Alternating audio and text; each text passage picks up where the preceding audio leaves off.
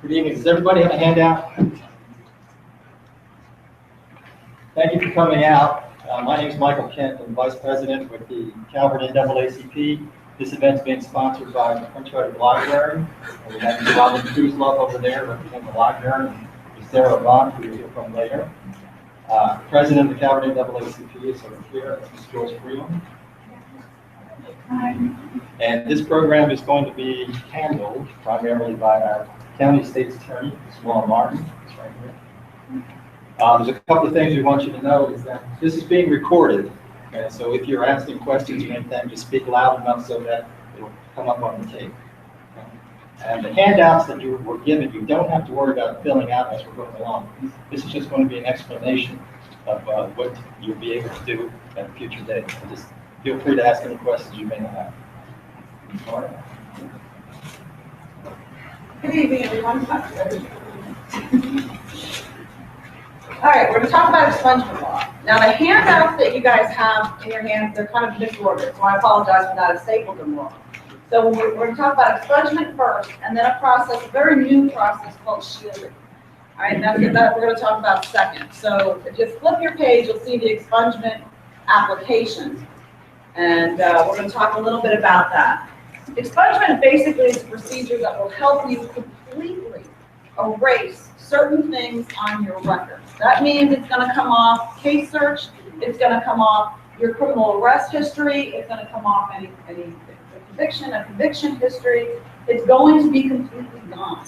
Once even the arrest is gone. Once the process is completed, you can honestly say, I have never been convicted or charged with a crime. It's been erased, it's been expunged. Okay, so that's why this is a benefit. All right, now who can get an expungement? It isn't every type of criminal case or criminal charge that can be expunged, and that's some of the things we need to talk about. A lot of times I get filings from people who are trying to expunge, say, a robbery conviction. That's not going to happen. Right? There's only certain things that we can have expunged from our record, and there's time limitations that you need to follow. And the reason I bring this up is because there's a fee involved in filing, and we'll get to that. But I don't like to see people waste their money, because the clerks will just give you the form, let you fill it out, pay the fee for filing. They don't look at it to see whether or not you're actually entitled to an expungement.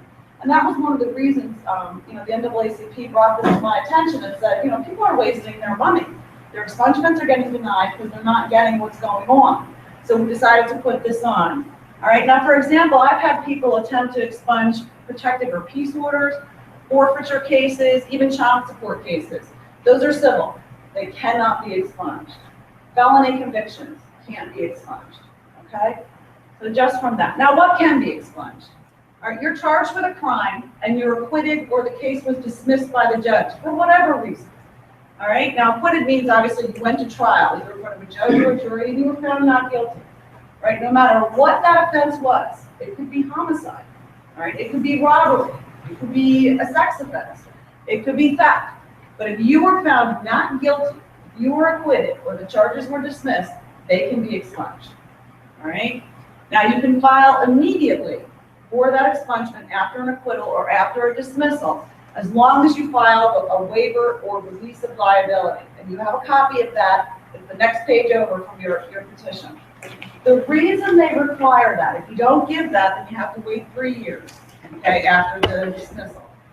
But if you file, the reason they do that is because you have a civil right to sue, say it was a wrongful arrest or something along those lines, and you want to sue civilly. Well, if you're going to sue civilly, you don't want to sign that release, okay? If you're not going to sue civilly and you just want to wipe off your record right away and put it behind you, sign the release and file for the expungement. Right, and they won't accept it without the release. Does that make sense? Okay. All right, and that's the release form that you guys have. Okay, and basically they just ask you to say, my name, all right, I forever discharge whoever the person was who brought the charges against you, and whatever the law enforcement agency was, whoever the officers were, right, from any wrongdoing for that event. And this particular form, unlike the petition itself, all right, notice this down here, the witness and the seal, it has to be notarized. All right, that's another mistake that a lot of people make. They just sign it and say, well, that's good. It has to be notarized before you file it with the court. Another way you can get your charges expunged is if the case was null pros, or what we say nolli prosequi. That's a fancy little Latin way, because us lawyers love Latin. All right, it's the fancy little way of saying not prosecuted. It's very similar to a dismissal. A dismissal is done by a judge, a null pros is done by the prosecutor. So if the prosecutor says null pros, right, that's another way you can get your charges expunged. And again, you can do it right away with a null pros as long as you file the waiver with it. If you don't file the waiver, you have to wait 3 years. But otherwise, you can do it right away as long as you file the waiver. The other little thing is you can't have a pending criminal case when you go to file. So if you had charges null pros and then oops, you still had something pending in the system, you have to wait till that's taken care of before you can go ahead and file for your expungement. Okay? Yes, ma'am. Can you clarify 3 years? 3 years from the time of the rest of the period of time or was 3 years? From the date of the dismissal or date of the null pros or date of that. Okay, from the date of the court event. All right, then you have to wait the 3 years. But again, no criminal charges pending when it comes for when it's a null pros as opposed to a dismissal or acquittal you can do right away. This you have to make sure you have no pending charges. All right, and that includes any type of incarcerable traffic offense like a DUI, DWI, driving while suspended, driving while revoked, driving uninsured. Even those count as quote criminal offenses. Yes, ma'am. Civil offense, is that not criminal or? What do you mean by civil? So like you were saying the peace order or, now That would not count. that wouldn't count. No, so if you had a peace order in place, but your criminal charges were null pros, all right, Okay. you could still file for your expungement. It's only criminal charges. Okay. All right, now let's suppose your case was placed on the step docket. Have you guys heard that before? Yes. Okay. Step basically means they took your case and they stuck it on a shelf and said, we're not going to prosecute it now as long as the person does alcohol counseling, or as long as the person stays away from the victim for a year, or whatever that condition is. If your case was placed on the step docket, okay, that means it's not going to be prosecuted. So once your case is placed on the step docket, from that date, you have to wait 3 years, okay, and there's a reason for that. The step is in place for 3 years. All right, once the 3 years is over, then nobody can bring it back. But during that 3-year period, all right, for good cause shown, either the prosecution or the defendant themselves, if they want it taken care of, can ask that the case be set back in on the trial docket. So they request that you wait 3 years before you file for an expungement. Okay, so once the case is on the step docket, you wait 3 years, you can file for your expungement, and again, as long as you have no pending criminal cases, all right, going on at the time you file. Yes, sir? Where you have multiple cases that possibly be expunged? You can file for expungement in each one if they can be expunged. Ms. Carter, can you repeat the questions too when you answer them? Because the reporter probably won't pick up the questions from there. Okay, I'm sorry, Robin. All right. Now, what if you are convicted of a crime that's no longer a crime? All right, and that's how they phrase it. What are we talking about? Yeah, marijuana circulation. Yeah, possession of less than 10 grams of marijuana is no longer a crime. It is a civil citation. Okay, so if you had been convicted of it, or if you got a PBJ back when it was considered a crime, and this is just not marijuana possession, but possession less than 10 grams. Okay, no waiting period, no nothing. You just file right away, and it will be expunged. And the legislature did that because it's no longer a crime. So it's not fair to have it on your criminal history when it's not a crime anymore. All right, so you can file for that immediately. All right, now, what if you were convicted of a crime, but you got a probation before judgment? Now, are you guys familiar with that term, PBJ, probation before judgment? Okay, basically what that means is the court didn't enter a conviction on your case. Instead, they just placed you on probation for a period of time. Now, this can be, remember we were talking about, well, it can't be a felony. It's very rare to get a PBJ for, say, a robbery. But a lot of people do get PBJs for possession with intent to distribute marijuana, if it's a first-time offense, and that's a felony. For some theft cases, if it's a first-time offense, you can get a PBJ. All right, and these are the times that you can actually file for an expungement of those charges, okay? So, it can't be one of these, though. That's the only problem. If you get a PBJ for a DUI and DWI, it cannot be expunged, and that's under the traffic code. It has to stay on your traffic license. All right. homicide by motor vehicle, all right, or causing life-threatening injuries while driving DUI or DWI. Those cannot be expunged even with the PBJ, but anything else with the PBJ can be. Yes, sir. I got a lot of questions for you. If you stop to go on, if you DUI, okay, that stays on the DMV, I know that. Okay. It also stays on the criminal record also. Yes, because the systems are interconnected, Right? and if they were going to allow you to get a PBJ under quote, like Maryland case search, okay? They can't erase it from one and not erase it from the other. So the MDA requires that it remain on your driving record, so it has to remain on your other record. Well, with that said, then why is there a difference between the FBI cases and like what you said, the criminal thing? I mean, what was I saying? Are you asking why are some things on your NCIC criminal record check and why are some things just on case search and not on that? No. You weren't fingerprinted. Pardon me? You weren't fingerprinted. Um, You have to be fingerprinted for it to be on your NCIC. If you weren't fingerprinted, it won't show up. But I'm saying the charges, okay, but I'm saying that from the FBI has different charges than what you're saying right there. Which is called the Department of Public Safety Professional Services Information. And why are those charges different than basically the FBI charges? It depends on how they're entered into the system. Well, I'm talking about something, okay, I'm going next Thursday for expungement in Harris County. Okay, but let's see, I'm going for something that happened 33 years ago. Okay, and but I hear you saying that felonies are not expungable. Unless you got probation before judgment. Okay, but are there certain felonies that are expungable? No. Is that federal, Ron? Right? Is it federal? No, it's not federal. These are all drugs, okay, because from what I understand, because I tell you what, I'm reading up on this, there are some felonies that will never be expunged. And also understand that there are certain felonies that can be expunged. Only with a pardon. Or if you got a probation Well, before that's judgment. next, okay, that's next, true, okay, because they got, talk to my lawyer, I've got to get a pardon before I get an expungement. Yes. But from what I understand, also, with the internet, a judge can also expunge your record before a part of the government. Not for felony. It's not eligible. Well, What you read on the internet and what's Right. true are two different things, which is why we're having this. Okay, another thing, like, a question, I suppose you got some charges that are some of the word all process, but you're guilty of others. We're gonna get to that. Okay, so trust me, we'll get to that. So he Okay. is claiming pardon, is pardon. We're gonna get to that, okay? Because that's another way to get your charges expunged. So one step at a time. So for a PBJ, all right, you're gonna have to, say you have a charge of possession of CDS, and the judge gives you a probation before judgment, and you are on probation for 3 years. Just use that as an example, all right? So you're gonna have to wait until, it basically says 3 years have passed since the disposition, meaning the date that you got the probation before judgment, or you have been discharged from probation, whichever is later.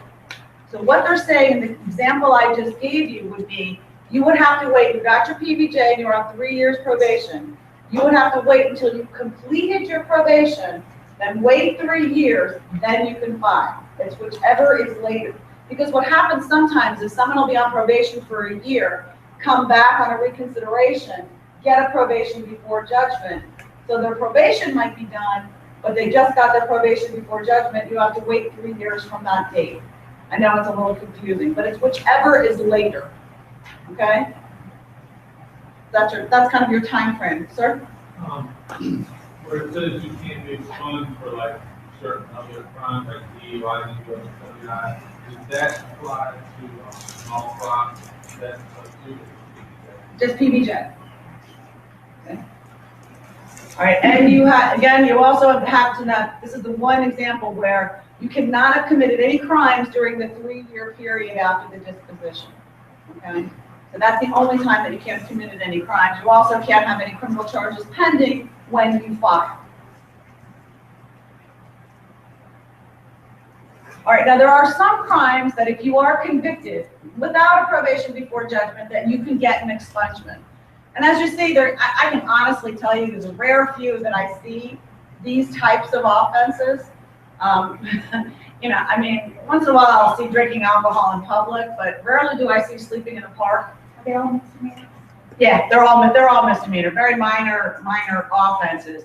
And I think a lot of them are geared more toward Baltimore City, maybe Montgomery County, Prince George's County, where they have more of these nuisance type offenses than we have here in Calvert. But they're on the block, so I wanted you to be aware that even with a conviction on these, you can file for an expungement. You have to wait until 3 years after the conviction or the completion of the sentence, including probation, whichever is later, and you can't have any criminal charges pending when you file. That's kind of like the blanket rule. You can't have any criminal charges pending when you file. All right. Now, what if you were found not criminally responsible for a crime? Again, this is kind of a rarity also. All right, and not criminally responsible is sort of Maryland's definition of the insanity defense. Difference being is you're found guilty, but you're found not criminally responsible for the offense because of a mental condition or a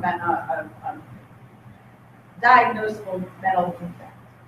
So if you have that kind of a finding, you just wait 3 years after your NCR, no criminal charges pending. And again, you can only do it for certain offenses. All the ones that were listed before, and then some more common ones that we see: trespass, disturbing the peace, telephone misuse, or again, possession of less than 10 grams of marijuana. There's the pardon. All right.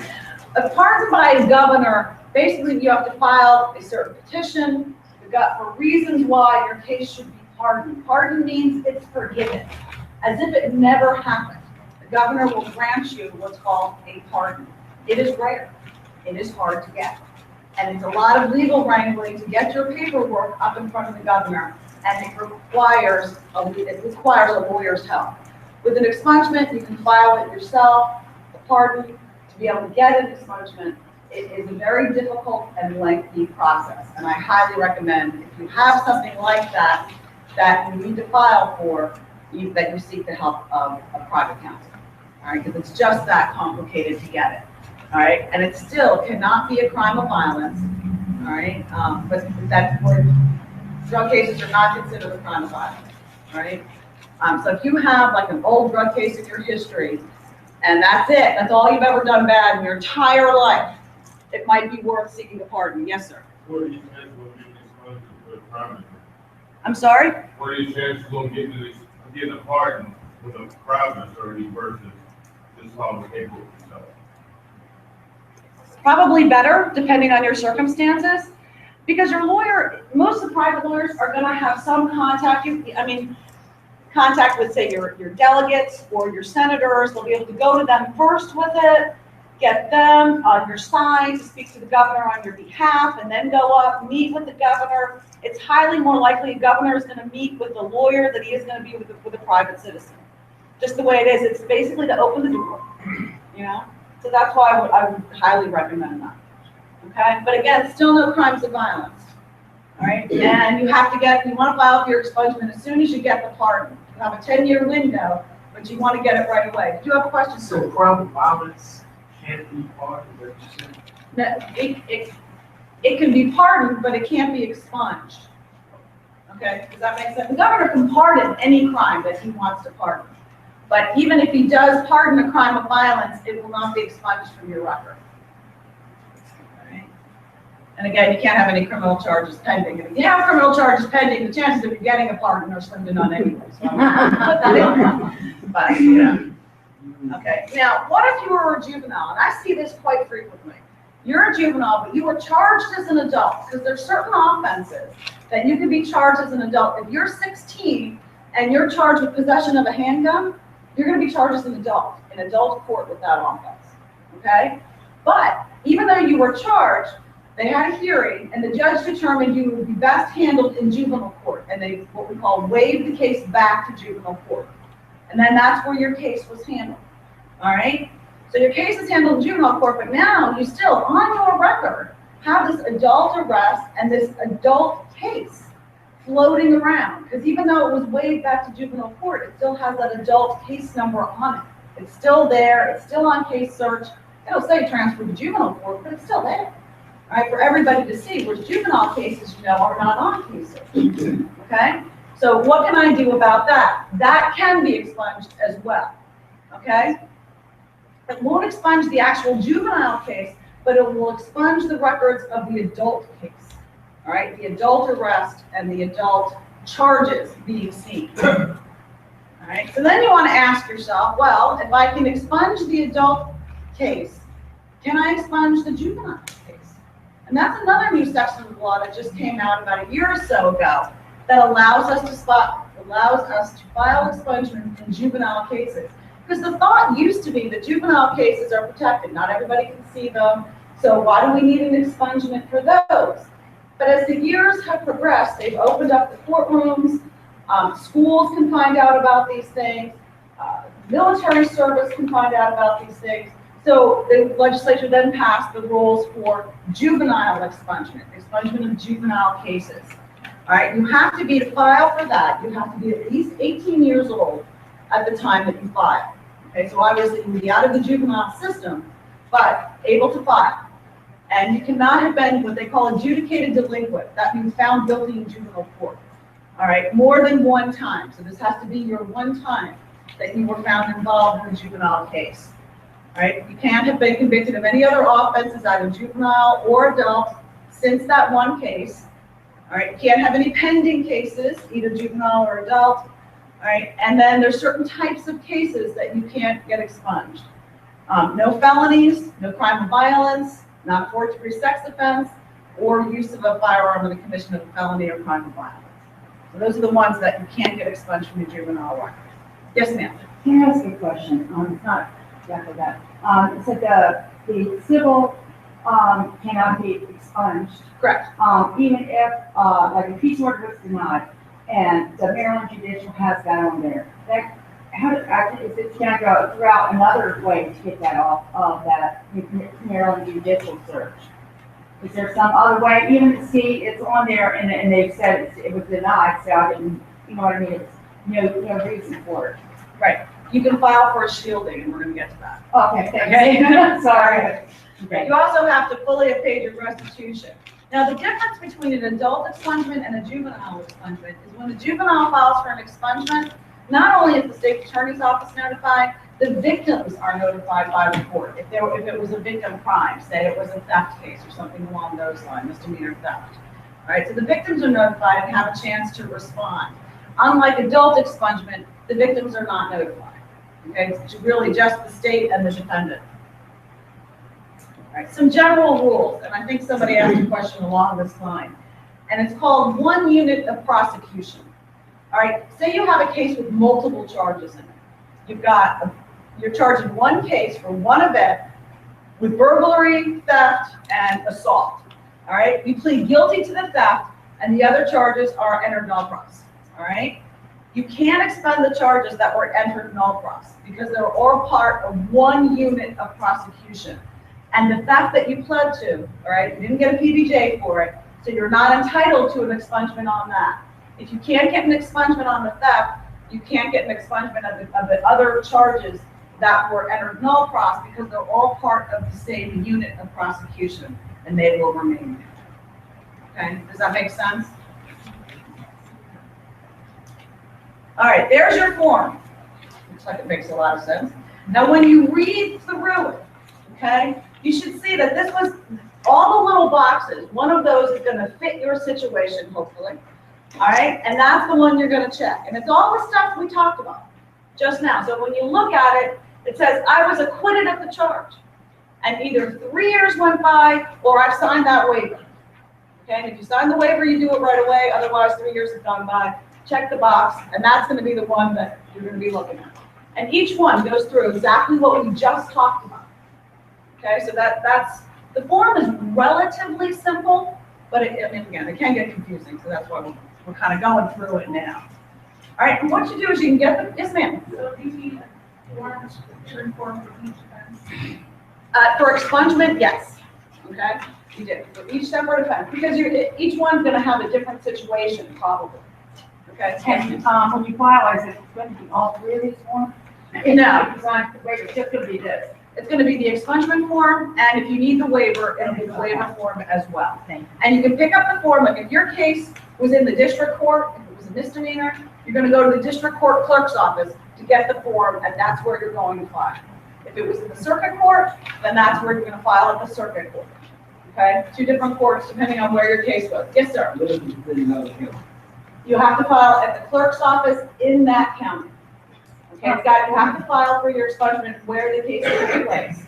The easiest way to know, I'll be right with you, so the easiest way to know district or circuit, if your case number starts with a CR, and then a series of numbers, or it's tickets, okay?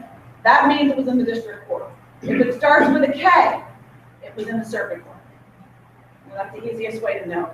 Sir, you got a question? Just going back to the multiple case thing. Uh-huh. What if that was kind of like reverse and just say they dropped a bigger charge and gave you a lesser charge and you got found guilty for the lesser charge, did you have the bigger charge as well? Not if it was part of this, none of it was the same unit of prosecution. Now, if it were 2 separate cases, like on one day you did burglary and then on another day you committed malicious destruction of property, okay? And you got a PBJ for this, and this case they dismissed, but they did everything at the same time. If it was 2 separate cases, you could expunge the dismissal one, okay? But this one then would stay. Does that make sense? Yeah. Okay. Yes, sir. Under the same unit of prosecution rule, if something's nullified and part of that case, as you were saying earlier, the motor vehicle administration, like, it'll stay on there longer. So if you had a violation of them, that means you can't be expunged for the same case. I'm not sure what you're asking. I'm sorry. In other words, if you're nullified on a criminal charge, like possession or whatever it is, vehicle, but at the same time, you charge a particular thing like DWI, DUI, whatever, so they nullify the criminal charge or dismiss it or. That's one unit of prosecution. So you can't get rid of that nullified because it's related to the vehicle. To the one you pled to, yeah. If it's all coming out of the same event, Well, no, not that you pledged, I mean, like, just because you were charged with that DUI, but all of it, you were acquitted of, if you were acquitted of all of it, you file for an expungement. Okay? This expunged paper here, when you go to court to get one, or whatever you need, is it gonna be the same, the 504, is gonna have all this? Yes. So it's not, you're not gonna file this with one paper, right? No, I just photocopied. Okay, this is what you're gonna ask for, the 4504 expungement, okay, thank you. When you say expungement, the clerks know what it is. Okay. And they have all the new forms. Okay, so they're all up on it. Yes, ma'am. Yes, in my case, when I showed you the paperwork, would I check the charge with otherwise dismissed the form? Yes, That's me. that's you. Okay. There is a $30 filing fee. I think I mentioned that earlier. That's why yes, ma'am. I know, I heard if you were not guilty, there's no fee. Yeah, I know, you heard that. But now it's circuit courts included on my paper. Right, that would be nice. I'm just saying, be ready to pay $30. It's supposed to be free. Some Yeah, clerks are aware of it, some aren't. My advice is to be ready to pay the $30. Okay, I'll be ready to pay it, but may I ask the judge to waive the fee when I'm in front of him? Or do we go in front of them? No, you don't, and that's what we're gonna talk about that in a minute, kind of what happens with the paperwork once you file it, okay? What happens is you pay your $30, you file it with, I mean, you can sit there and argue with the clerk all day long, I just don't. All right? Told me that. Some will say it's free, and they'll take your paperwork and they'll file it for you, but if they don't, you don't wanna be arguing with them, there's one. And if you don't want to argue, I understand that, but just from a legal standpoint, are you saying that they're actually not supposed to say that, or interpretation? It's interpretation, and that's why. Clerk? Right, and my personal feeling is if you're found not guilty or your charges were dismissed or null-prossed, you shouldn't have to pay to have it expunged. I just don't think that's right. All right, and it is mentioned in the rules, but it's not connected in the law section, so some of the clerks are aware of it, some of them aren't. Yes, sir. This stuff isn't a federal law, right? This is just Maryland State. Yeah, I am not a federal prosecutor. Huh? Nothing in the face, right? No, this is just Maryland State law in Maryland State courts. Okay? Sorry. See, with like 4 not guilties, that adds up.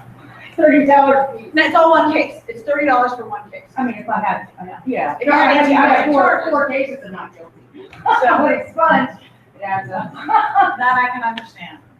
Okay, once you file the paperwork with the clerk's office, they make copies of everything, or it's a 4-part form, all right? Copy is sent to my office for review, all right? I look at it in the same way I'm talking to you all. Did they wait the 3 years they were supposed to wait? Did they file the general waiver if they needed to? What were the dates? What was the outcome of the case? Blah, blah, blah. I look at everything. Then I file a response. My response is either gonna be, no objection, this person's entitled to an expungement, or objection, and here's why this person isn't. Okay, and that, I mean, just, it is what it is. Whatever the law is, I got no personal feeling in it, I got no personal stake in it. All right, now I will tell you a little story. There was a young man who had never been, he's been convicted of one offense, all right, way back, I want to say probably 15 years ago. So now he was kind of close to my age, but very young when that happened. All right, he had never committed another offense since then, but he was convicted, okay? And it was possession with intent to distribute marijuana. And he wanted to get it expunged. All right, I tried calling him because technically he wasn't entitled to an expungement. But that's the kind of person that expungement law was meant for. He had a good job, he was going for a security clearance, he couldn't get it because of this thing that happened 15, 20 years ago. So I asked the judge to set it in for a hearing. We brought him in, he was allowed to ask for what we call a belated reconsideration. The judge gave him a PBJ. Instead of having to wait the 3 years, I waived the time. And so he got his PBJ and his expungement right away, all in one day. Okay, so sometimes things can be worked. So why did the judge do that? Because I asked him to, and because the guy has not had any problems in So- the rest of his life. So with that said, if something happened, well, that thing that happened like 46 years ago, 40 years ago, 33 years ago, and 34 years ago. So with that said, and I ain't been in trouble since then. So the responsibility that they might go to the judge. Yeah. And so what I'm saying is sometimes things can be worked out for very specific cases. That was a very specific case. But, you know, nothing is written in stone that we can't work around when the person is really deserving. And that young man was. So that's just a little antidote, okay? But that's why sometimes we have hearings. Now, if there is an objection by the state, there will always be a hearing, and that's when you would go in front of the judge. Oh, okay. Otherwise, if there's no objection, then the court just signs off on it. The paperwork then gets spread out to the clerk's office, to the state central repository, to the arresting agency, and that's when the process starts of them deleting their records. Okay, so because with expungement, it comes off everything, off your arrest record, off the case search, off your NCIC, it's completely gone. It takes time, okay? The whole process takes probably about 3 to 4 months. I have 3 months. All right, but it generally takes about 3 to 4 months to get the whole thing done. All right, that's kind of expungement in a nutshell. And I know you guys probably have specific questions about specific cases. We're gonna talk about shielding next. I'm happy to answer specific questions. I'll stick around after the talk. I can't give legal advice, but I can point you in the right direction. Let's put it that way. All right, did you have a question, sir? 6 years ago, I know he was, I never had experience on this kind of things. I don't know what it means. That's finally guilty because they gave my stuff. I didn't never had DVD to prove. Anyway, they found me guilty because I didn't know, I guess, my boy, he passed away. I don't know if he's me, but he's on the paper. I tell you what. He was a nice guy. According to they find me guilty, can I do that after 6 years? What were you found guilty of? I slapped her. Never happened. Somehow, someone. I tell you what, sit tight, let me take a look at what you got. I have a question. All right. The state of Maryland. Oh, Yeah, the Maryland Legal Aid wanted us to let you know that if you qualify for legal aid, they will fill out all the paperwork for you. And the fees will automatically be waived. that's great. Good number. So in the state of Maryland, that's a convicted felon. Is he allowed to be, protector, power of attorney, and custody for a felon? So No, he's not allowed. no. When did they change their legal aid, when did they begin to do that? Did they just change that? It's what I had, told about that and was told no. They didn't, so they changed their mind, but they are gonna do that now. I think a lot of things changed in October when the law changed. Okay, The law went into wonderful. effect. That is good news. And this is also, And this is the legal aid office right in Houston? yes, Okay. this Yeah. is the expungement handbook that they put out, and it says on here, there's no charge for non-duties. So you can take that to the post office. There you go. Take that to the clerk's Oh, office. it's like a handbook. Yes, sir. One last question before we move on. Is the reason for the 3 years after like a no cross or dismissal, because you have 3 years then at that point you can litigate, File a civil suit. Yes. And that's why you can do it right away, but you have to file the release of liability waiver. That's why they require that.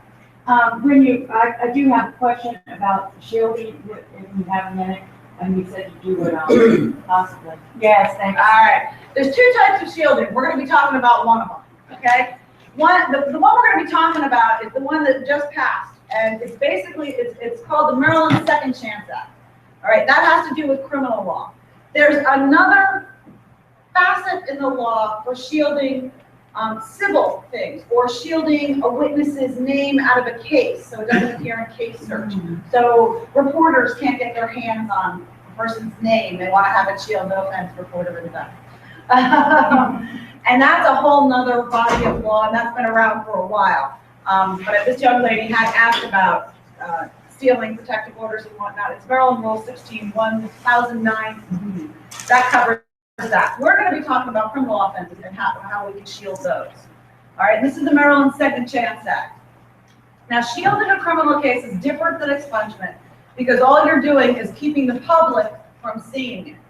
All right, basically that means it's getting removed from Maryland judiciary cases. Right, where this can become helpful is if you are applying for a job and they don't run NCIC, but they're going to check case search. Okay, or you're applying to colleges and universities. Again, they don't run criminal record checks, but they might check case search. So you want to get this where they can't see it. Okay, there are still entities that are going to have access to this information. Yes, sir. This way, hey, look, because I go in all the time, around judicial search, for the past several years. Okay? My name hasn't been on there at all. Okay? I told you next week I'm going for expungement in Harris County. I punched up 2 nights ago, and my name is on there now. So why has it been on there for years? And now where it says it's like reopened, it's active, something happened like. Because you filed something. You brought attention to yourself. I thought it was expungement, yeah. Yeah, But it's here's been on Maryland for years. judiciary case search. See, I've been practicing since before Maryland judiciary case search was in existence. Okay, so it didn't come into being until 90, definitely, so 99, okay, something like that. They had a hard time archiving older cases. Now you can, in some jurisdictions, go back to 81, 80, maybe sometimes even 79, 78, but some of the older cases didn't make it into the system. So that's why you didn't see it before. When you file something new in a case and it gets entered into the system, it will appear back in case search. That's what happened. So, and again, certain entities will still be able to have access to that information, but your average citizen on the street, okay, will not. And that's the benefit to shielding. All right, now what crimes can be shielded? Okay, it's not every crime. Again, the legislature was very specific about what they would allow to be shielded. All right, but you'd be amazed how many of these cases that you do see on case search connected to people and how it can not put you in the best light with a prospective employer or a prospective college. Okay, so these are the types of things that they will allow to be shielded: disorderly conduct, disturbing the peace, possession of CDS as a controlled dangerous substance, so possession of drugs, possession of non-CDS, but they thought it was drugs, right? And some of the more sort of nuisance-related offenses. All right, those are the only ones that can be shielded. Anything that is labeled domestically related, all right, and that is something that is done in the courtroom.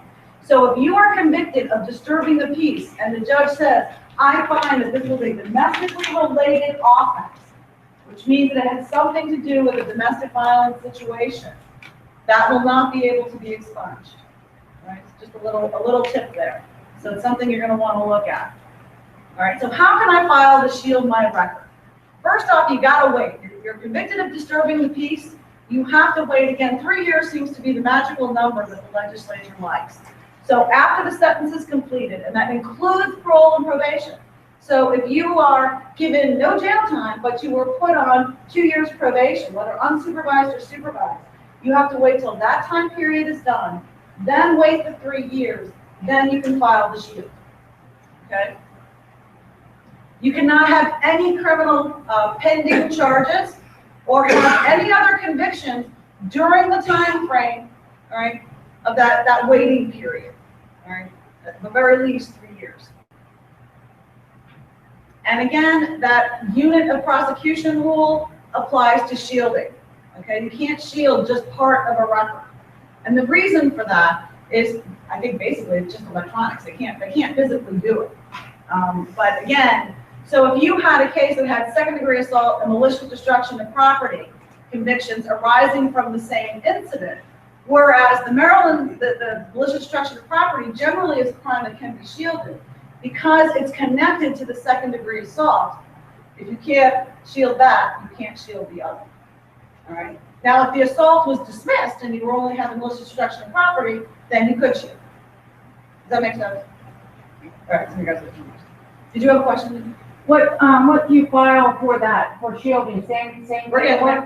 there. Nope, different paperwork. Okay. Here's the difference between shielding and expungement as well. You can only file for shielding one time in your lifetime. So you want to make sure that you sit down, you look at your record, you figure out what exactly it is I want to shield, and do it all at one time because you only get one shot at it. All right? And if you have cases in circuit court and district court, you got to pick which ones are the worst ones that you want to shield. All right? You can't do it in both courts. You got to pick a court, and you got to pick the cases in that court that you want to shield. All right? Different than expungement, you can shield more than one. As many as are eligible, but you can only file for it one time. All right? You just put them all on the same form. Okay? All right? Again, you want to make sure you got all your eligible cases listed. So if you look at that shielding form that I gave you, which is actually the first one, you'll see that it kind of says, I want to shield these cases. And then it says, okay, list case number or numbers.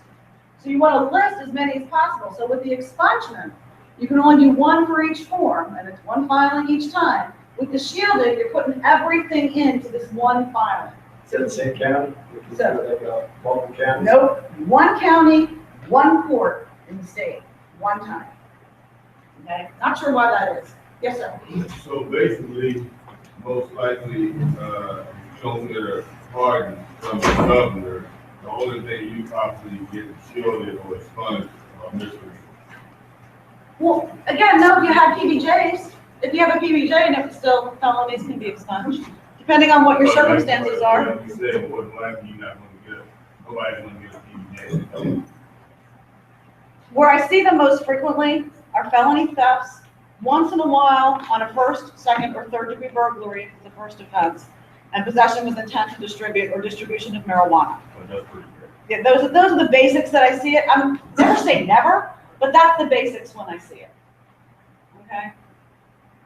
But again, shielding a little different. All right, the process, there's that form, okay, that you have the first one.